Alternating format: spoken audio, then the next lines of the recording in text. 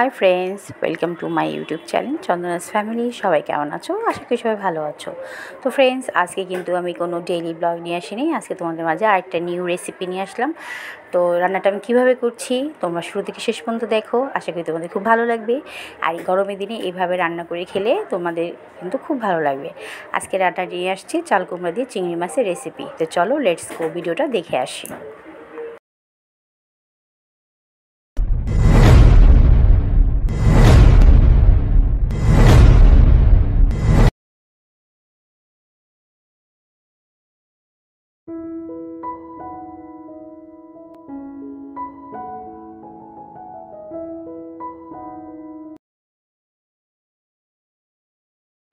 তো বন্ধুরা দেখো, এখানে একটা কচি চাল কুমড়া নেওয়া হয়েছে।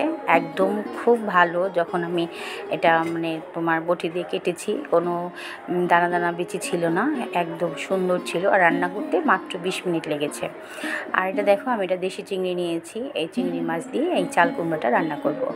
তো মূল রান্নায় চলে যাই। দেখো, এখানে সাদা তেলের মধ্যে আমি হলুদ লবণ মাখিয়ে রেখেছিলাম চিংড়ি মাছ, সেটা আমি একটু ভেজে নিলাম।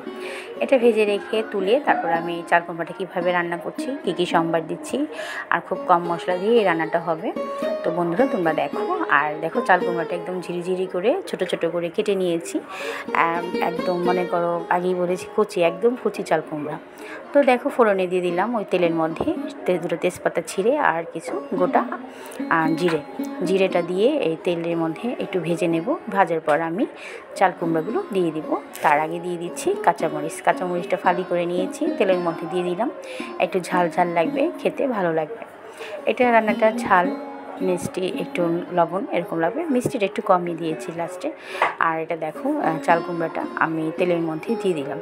সম্পূর্ণ চাল কুমড়াটা তেলের মধ্যে দিয়ে ভালো করে নেড়ে চেড়ে আমি ঢেকে দেবো। তারপরে কিছুক্ষণ 5 মিনিট পর আমি উঠিয়ে আবার নেড়ে চেড়ে পরে মশলা অ্যাড করবো। কী কী মশলা অ্যাড করবো সেটাও তোমাদের সাথে শেয়ার করছি।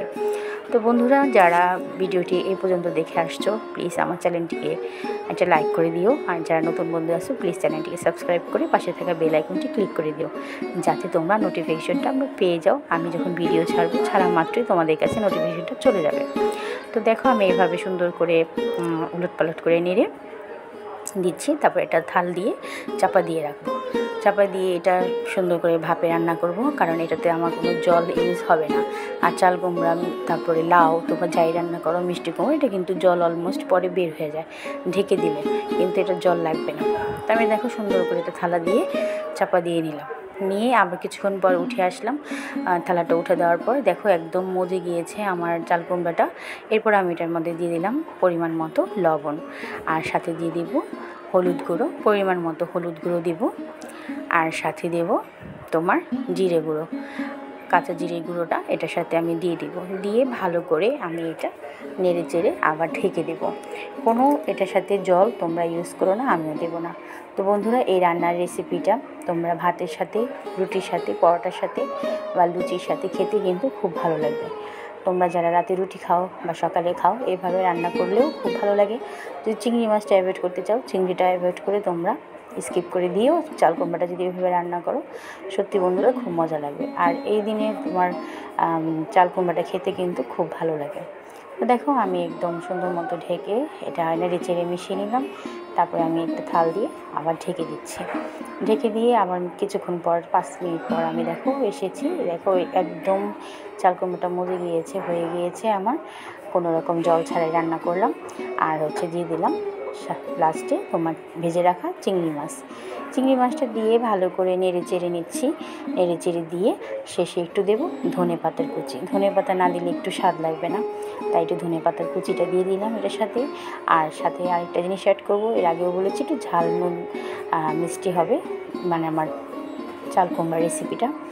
তো এটার সাথে আমি ভালো করে নেড়ে একটু সামান্য পরিমাণে চিনি আমি অ্যাড করব, অল্প দেবো। আর যারা চিনি খাও না তারা এটা স্কিপ করে যাও, চিনি ছাড়াও এটা ভালো লাগবে। তো এটা আমার যেহেতু ভাতের সাথেও খাবে, রাতে রুটির সাথে খাবে, তাই আমি একটু হালকা চিনি দিয়ে দিলাম। চিনি দিয়ে এটা ভালো করে নেড়ে টেড়ে নিচ্ছি। নেড়ে দেওয়ার পর তারপরে দেখো ফাইনাল লুকে চলে আসছি। দেখতে থাকো ভিডিওটি। আবারও বলছি, প্লিজ চ্যানেল ভিডিওটি যদি আমার ভালো লাগে রেসিপিটা, অবশ্যই একটা করে লাইক করে দিও।